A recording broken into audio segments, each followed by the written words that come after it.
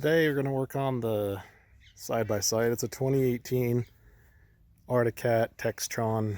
It's a 4X Wildcat 1000. The other problem I had was when the belt died, it locked the motor up. And it also locked the shifter up because I was going up a hill when it happened. So normally when you go notch, notchy, and now it's just all this free play, so it won't go into neutral, reverse, park. Thankfully we had high to get home, but talking to the guys, they think I broke the cable because it's this cable right here that controls your shifting, and it goes all the way up to the front. So luckily I was able to get under here and manually push that lever, which got it into high, which got us home. And then to get it off the trailer, I had to bump it with a hammer and push it to the left of the screen, or up, I guess. And it actually went into reverse, and everything still works. It's just not shifting via the shifter. So I think everything back here is okay, but I got to get to this cable, which requires taking these under trays off. So if yours is stock, it'll be a T27 Torx.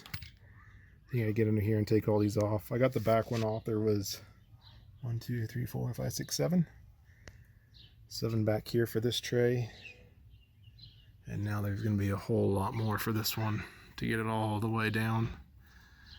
But that's the next step in order to get access to that cable.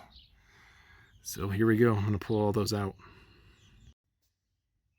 All right, got the tray dropped, and that's obviously where all the mud collects.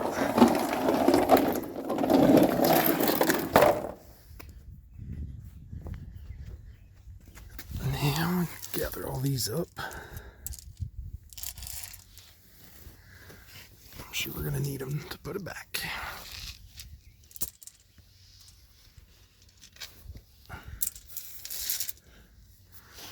Now let's see what we got.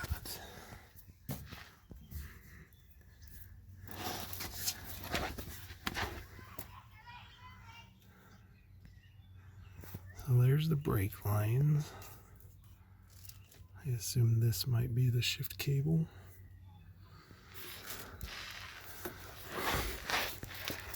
Coming up into there.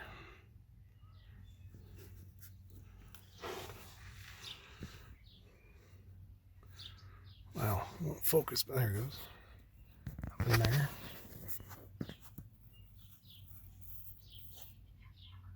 So I guess we gotta take all that out.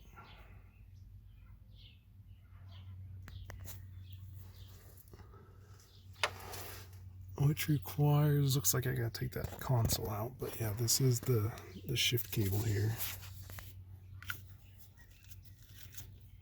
A bunch of zip ties all the way back to where we were starting.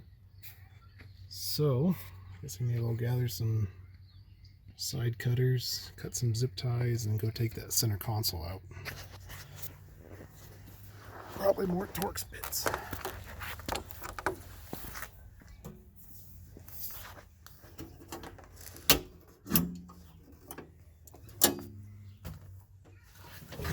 Yeah, looks like we got a few on either side, and this thing should come out. So let's get that taken out.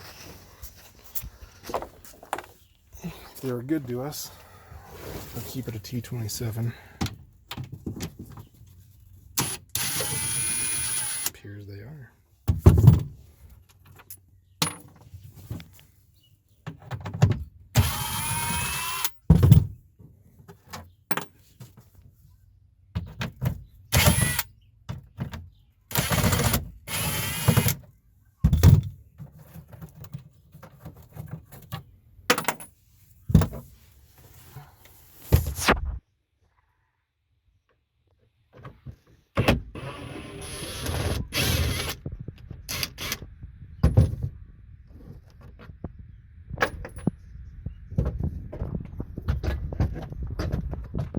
These pulled out.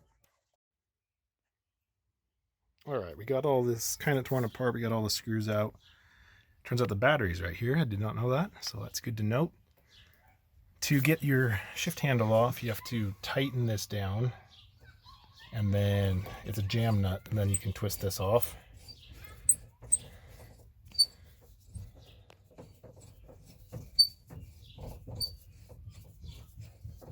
Wow, got a lot of thread.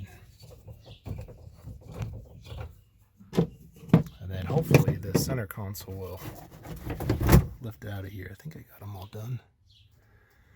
So I'm going to lift this center console out and see if we can get to the linkage down here.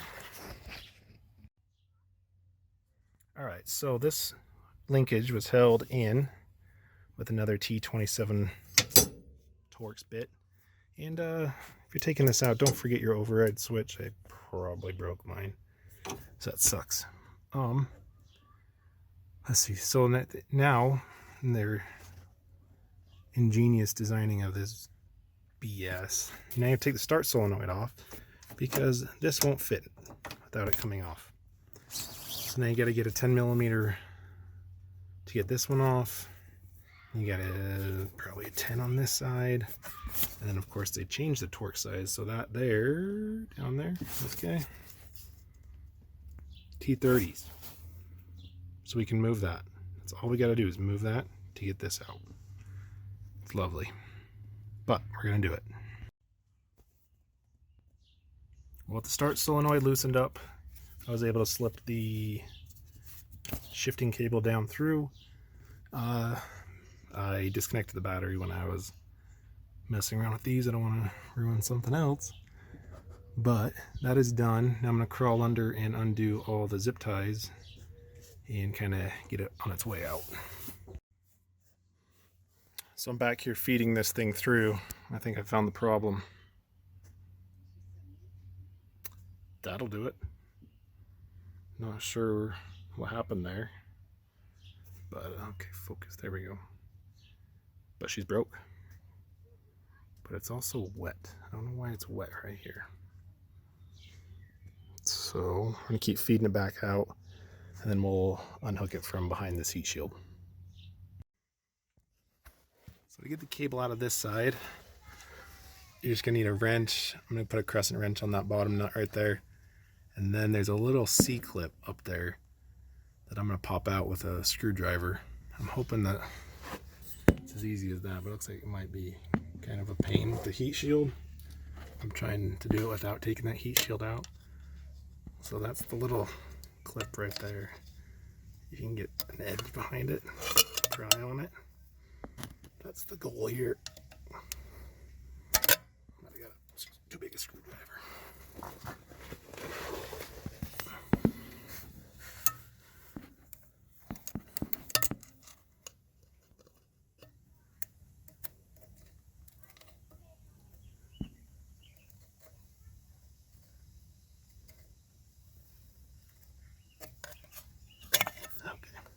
That's what I'm going to do. I can't do it one-handed, but that nut, that C-clip, it should come off.